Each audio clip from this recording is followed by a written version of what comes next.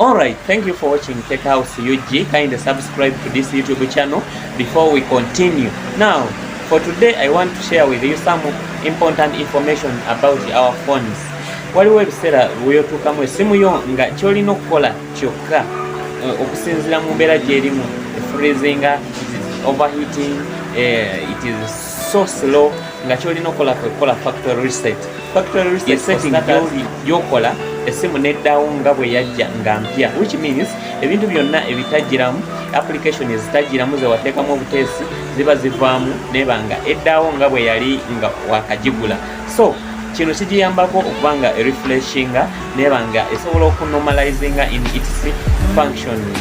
So it is better you do some of the things before you decide to do a factory reset. Nga tetuneyongerayo ne subscribe to this YouTube channel, then ndyoke nkulage byolina okukola nga tonaba kukola factory reset. Tech House UG for your tech updates.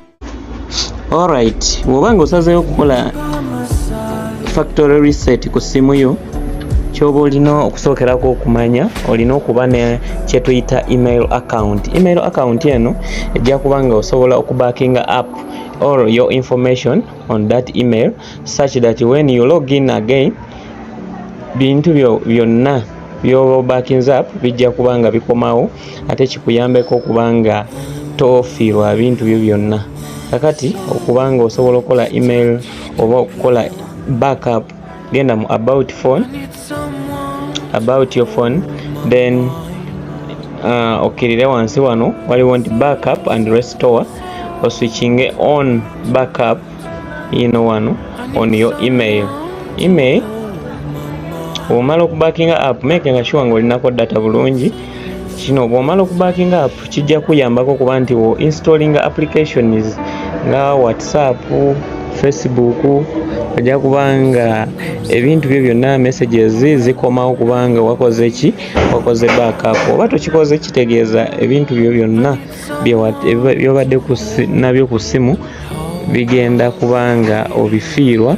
Katugeze ebifaananyi, videos, contacts, nga obadde tewa backing up ate nga oluusi email yo togimanyi, then kijja kubanga kikuzibuwalira.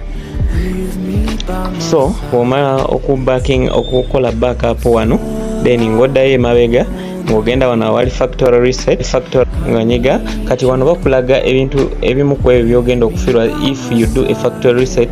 Ogamba accounts like Facebook, WhatsApp, ezo zonna ziba zigenda kuvaamu. Contacts, waliwo contacts zetuteeka ku email, ezo zonna oba ogenda zifiirwa. Photos and videos, apps, backups, other items on this device. So you have to make sure you have the email account. If you don't have it, please first create an email account, be equipped with your password, then do a factory reset.